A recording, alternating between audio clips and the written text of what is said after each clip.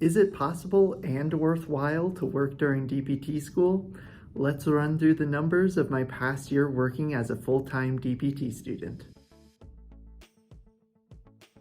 My name is Kyle and I'm a second-year DPT student, here to tell you the ins and outs of working during DPT school. Today I'm going to split the video into 4 different parts, so feel free to jump to whatever part you are most curious about based on the timestamps in the description below. First, I'll be talking about exactly what portion of my class has worked at some point during DPT school from what I've heard. Next, I'll go on to telling you what jobs that I did have and kind of the characteristics of each. Then I'll go into the stats of how much I worked per month and per week for each job. And then in the end, I'll have some final recommendations and my overall experience from going through this personally over the past year. I want to start off by saying this. You do not need to have a job during DPT school if you do not feel comfortable or want to. You do not at all. I would say that maybe 35 to 40% of my class has had a job at some point throughout DPT school. However, only maybe a maximum of 25% of the class has maintained a job throughout the entirety of DPT school so far. I would say that that's an overestimate, and what I've done over this past year is more of the exception rather than the rule. So if you are feeling behind the curve of not wanting to work a job on top of your numerous full-time classes and clinicals, you are not alone. Now, if you are still considering having a job during DPT school, let me tell you a little bit about the positions that I've had over this past year myself. Overall, I've had 2 official jobs and 1 passive job. The 2 official jobs, the first of which started directly in January, and I've been doing that one since, and then I started a second one in July that I've been doing ever since. So I've been doing, since July, both of those jobs concurrently. The first job was a job on campus where realistically only 20 to 30% of my time on the clock is doing actual job responsibilities, and the rest of the time I'm able to work on homework, study, do personal projects, or anything that really didn't disrupt the members at all during my time at work, so it provided me lots of freedom.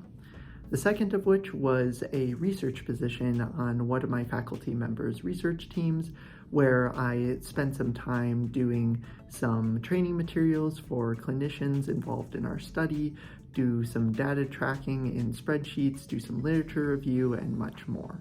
This has provided multiple opportunities where, since it's remote, I've been able to work lots on my own time, which has been great.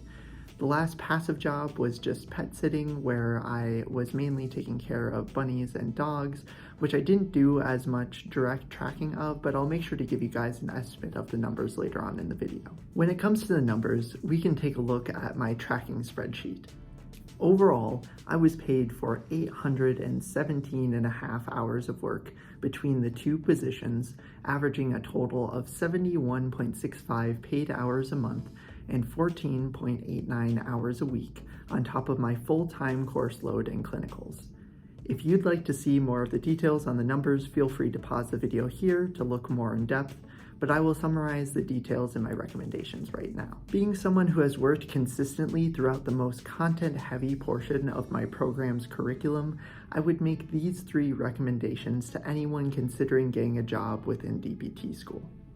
1. Find a job that allows you to study most, if not all, of your time on the clock. These jobs may end up paying a little less, but in a sense provide you an opportunity to have dedicated time to study each week.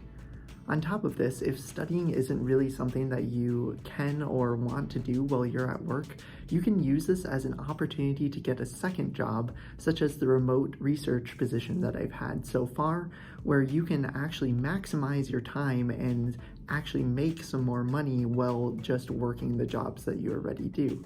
For example, by taking on that research position, I have saved myself, in a sense, 31.5 hours, I want to say, just doing my job for research during my other position on campus at the same time. That's a lot of hours within 6 months where I didn't have to work those two jobs, but I got paid for both. Now, second, if you can't find a job that provides the time and space to study, look for a job that either pays very well or makes your time worthwhile. For example, a job which helps you apply what you're learning in school to practice. Some examples might be becoming a caretaker for an individual with Parkinson's disease, or even working as a coach or a personal trainer for a local youth sports team to practice your exercise prescription or motor learning principles. Third, methods of passive income are your best friend when it comes to best utilizing your time in DPT school. If you didn't know, my partner and I have been advertising ourselves on a local site to pet sit for mainly bunnies and occasionally dogs, where we are really just doing what we normally do caring for our bunnies, or taking a little bit of extra time with walking the dogs. For example, with the bunnies, I may be spending a half hour or less on stuff that I normally do anyways on those and getting paid for it. This goes along with it with the dogs, except for it might take a little bit longer. Even so, just adding that little bit in one day or just doing what I normally do, my partner and I have together been able to make, I approximate about $3,000 over the past year, just doing some of those small things that we already do. So if you can do something similar, definitely take advantage of that opportunity because it will save you so much time and make you some money along the way. All in all, you don't have to have a job in DPT school, but if you do, make sure to follow these 3 recommendations when doing so. If you found what was in the video to be helpful, please make sure to hit that like and subscribe button down below. If you want to see anything else that I post related to DPT school, such as studying methods, fun stereotype videos, or weekly day in the life content, make sure to check out my playlist on my page. Thank you all so much for watching. This has been KBDPT, and I'll see you all in the next video.